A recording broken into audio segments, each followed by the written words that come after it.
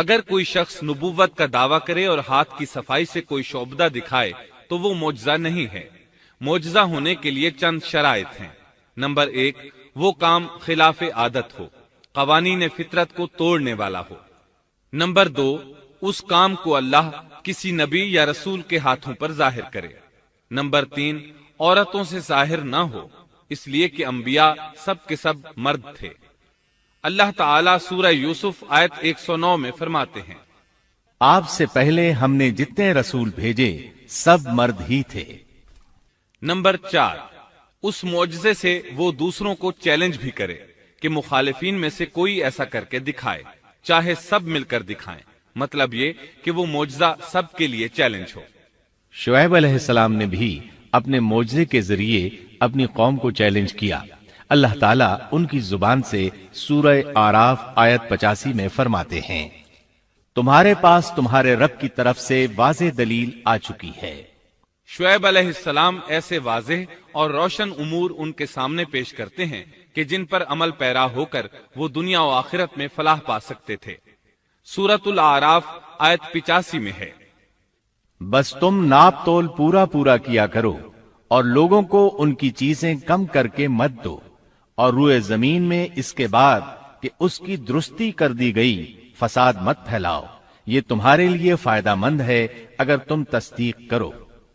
اللہ تعالیٰ سورۃ الاعراف آیت 86 میں فرماتے ہیں، اور تم سڑکوں پر اس غرض سے مت بیٹھا کرو کہ اللہ پر ایمان لانے والوں کو دھمکیاں دو۔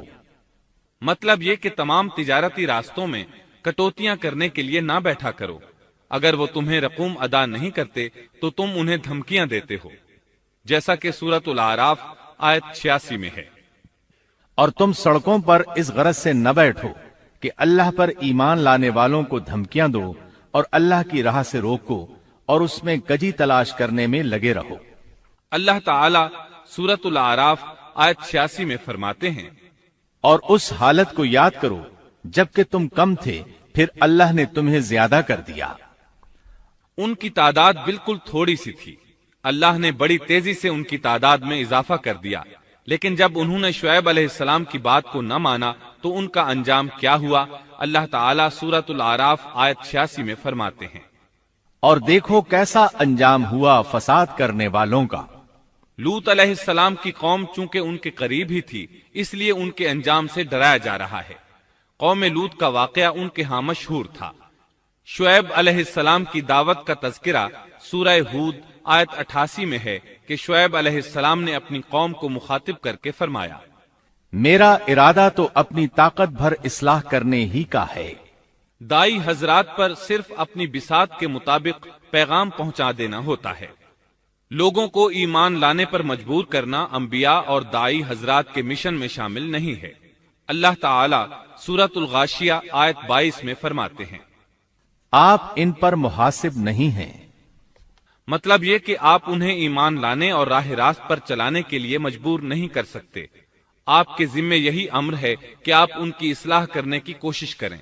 سورہ ہود آیت 88 میں ہے، میرا ارادہ تو اپنی طاقت بھر اصلاح کرنے کا ہی ہے، میری توفیق اللہ ہی کی مدد سے ہے، اسی پر میرا بھروسہ ہے اور اسی کی طرف میں رجوع کرتا ہوں۔ جب شعیب علیہ السلام نے انہیں ان باتوں کی طرف دعوت دی تو انہوں نے کفر کیا، آپ کو جھٹلایا، بلکہ یوں کہنے لگے، انہوں نے جواب دیا کہ اے شعیب، کیا تیری نماز تجھے یہی حکم دیتی ہے کہ ہم اپنے باپ دادوں کے معبودوں کو چھوڑ دیں اور ہم اپنے مالوں میں جو کچھ چاہیں اس کا کرنا بھی چھوڑ دیں؟ آج بھی بعض لوگوں کا یہی حال ہے۔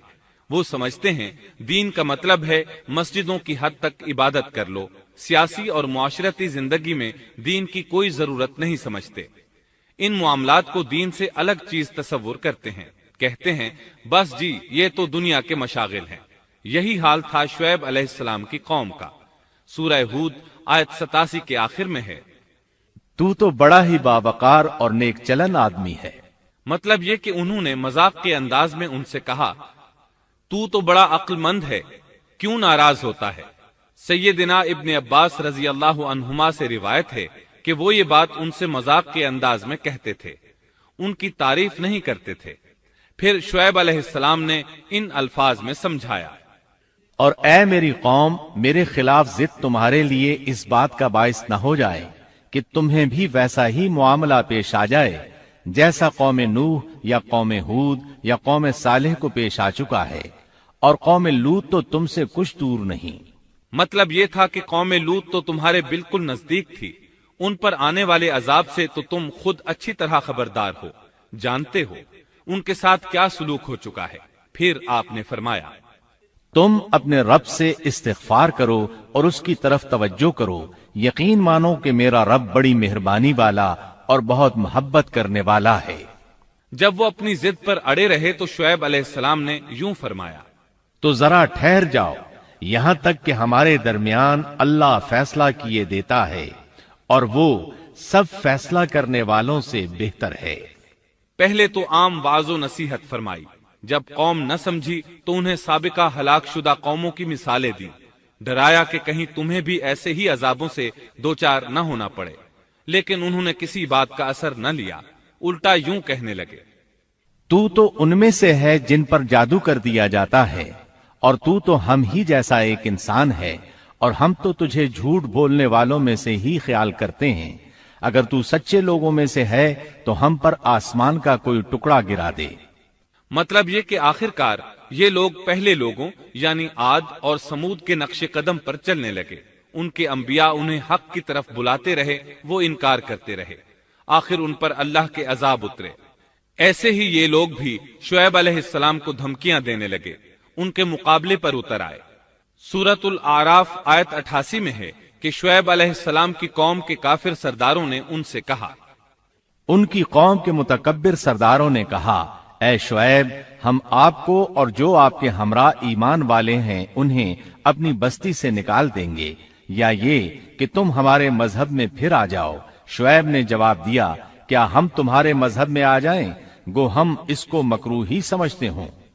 قوم کے سردار تکبر کرتے ہوئے مزید کہنے لگے کہ اگر تو اپنی دعوت پر اڑا رہا تو ہم تجھے مدین سے نکال دیں گے۔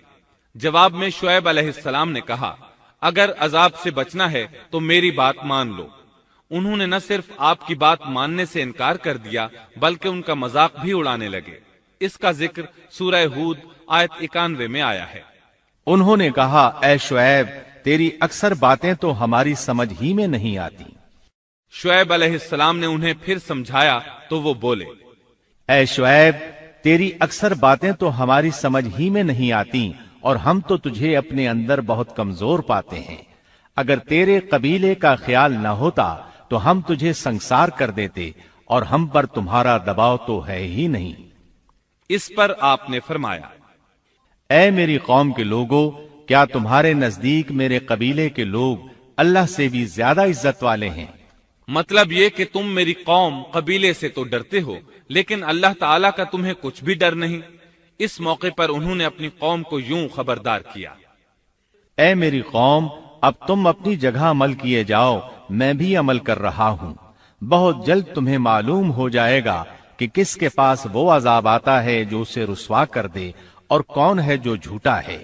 تم بھی انتظار کرو، میں بھی تمہارے ساتھ انتظار کرتا ہوں۔